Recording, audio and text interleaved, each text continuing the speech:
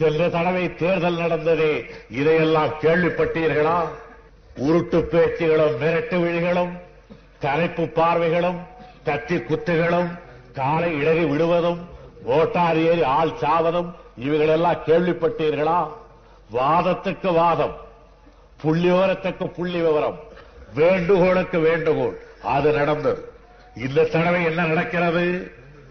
ஓட்டுக்கு பணம் கொடுத்துக் கொண்டு போகிறார்கள் காங்கிரஸ்காரர்கள் என்று கேள்விப்பட்டு நம்முடைய தோழர்கள் பணம் வாங்காதே என்று கூச்சலிட்டுக் கொண்டு போனால் உடனே டெலிபோன் செய்து போலீஸ் பாராவை கொண்டு வந்து போட்டு நம்முடைய தோழர்களை தடுத்து ஆகட்டும் உங்கள் வேலை ஆகட்டும் என்று போலீஸை பாதுகாப்பு தருகிறார்கள்.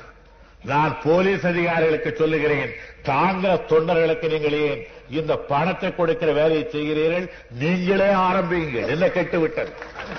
நீங்கள் பாதுகாப்பாக இருந்து காங்கிரஸ் தொண்டர்கள் பணம் கொடுப்பதை விட நீங்களே நிறைய போலீஸ் வந்திருக்கிறது. இன்னென்ன தெருவுக்கு 4 போலீஸ் பணம் கொடுக்கும் என்று தண்டோரா போட்டுவிட்டு கொடுங்கள். என்ன செய்வீர்கள்? அதனாலே என்னை தோற்கடிக்க வேண்டும் என்பதுதானே உங்கள் எண்ணம்? என்னை தோற்கடிப்பதாலே உங்களுக்கு கிடைக்கிற லாபம் என்ன? என்னை தோற்கடிப்பதாலே நீங்கள் எதை தூய்மைப்படுத்தப் போகிறீர்கள்? என்னை தோற்கடித்து விட்டால் உங்களுடைய எந்த கொடி வானத்திலே பறக்கப் போகிறது? துணிவோடு நீங்கள் இருப்பீர்களானால் பணத்தையும் கொடுத்து வெங்கடேச பெருமாள் படத்தை வைத்தார்களாம். ஆக உங்களுக்கு என்னை எதிர்க்க வக்கில்லை, வழியில்லை. 7 மலை ஏறி அவர் அழைத்துக் கொண்டு வருகிறீர்கள். பரவாயில்லை, அவர்தானே வருகிறார், வரட்டும். ஆக என்னை எந்த அளவுக்கு உயர்த்திருக்கிறீர்கள்? ஒரு சாதாரண அரசியல் கட்சியில உள்ளவர் என்று கூட மதிக்கவில்லை. அண்ணாதுரையை தடுக்க வேண்டுமானால் 5 ரூபாய் கூட போதாது. தீராத வல்வரை எல்லாம் தீர்த்து வைப்பவரை கொண்டு வந்து அவன் படத்தின் மேல் 5 ரூபாயை வைத்து எடுத்துக்கொள் என்று சொல்லுகிறீர்கள். அதை நீட்டுகிற பொழுது தாய்மார்களை கேட்கிறேன், உற்று அந்த படத்தை பாருங்கள்.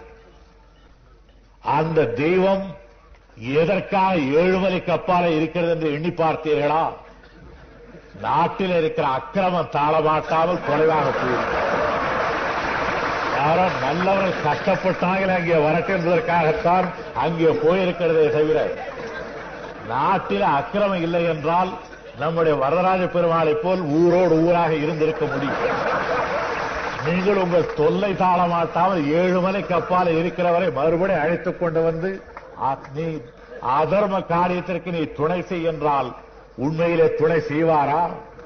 வெங்கடேச பெருமாள் படத்தின் பேரில் 5 ரூபாயை வைத்து அதை யாராவது வாங்கினால் வெங்கடேச பெருமாள் இடத்திலே நம்பிக்கை உள்ளவர்களுக்கு நான் சொல்லுகிறேன், அவர்கள் இதுவரையிலே கும்பிட்ட கோவிந்தனுக்கு அவர்கள் செய்கின்ற துரோகத்தை போல் கோவிந்தனேது கோபாலனேது என்று பேசுகின்றவர்கள் கூட அவ்வளவு துரோகம் செய்ததில்லை என்பதை அருள் கூர்ந்து எண்ணி பார்த்துக் கொள்ளுங்கள்.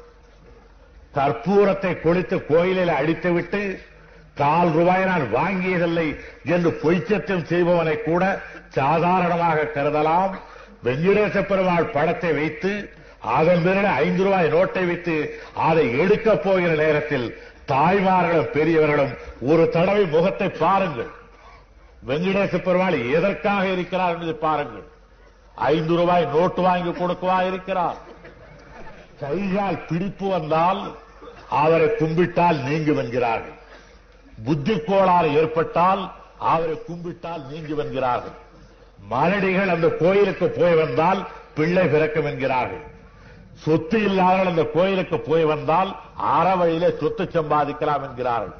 பக்தர்கள் பல மாதிரி அதை பற்றி சொல்லுகிறார்கள்.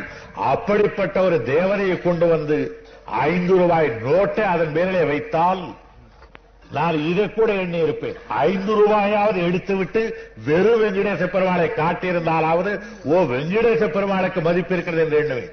எனக்கு இப்போ எதற்கு மதிப்பு என்றே தெரியவில்லை. 5 ரூபாய் நோட்டுக்கு மதிப்பா, வெங்கடேச பெருமாளுக்கு மதிப்பா, இந்த 2 ஒன்றின் மேல் ஒன்று வைக்கிறார்களே அது மதிப்பா என்று தெரியவில்லை. அதைவிட கூடா நட்பா இது? வெங்கடேச பெருமாள் படத்தின் பேரில் 5 ரூபாய் நோட்டை வைத்து ஓட்டரிடத்தில் நீட்டுகிறீர்களே, அதைவிட கூடா நட்பா இது? இவர் என்ன வெங்கடேச பெருமாள், நான் என்ன மேலே இருக்கிற 5 ரூபாய் நோட்டா? இதை காட்டி உங்களுடைய வார்த்தைகளை நாங்கள் தட்டி பறிக்க விரும்புகிறோம்.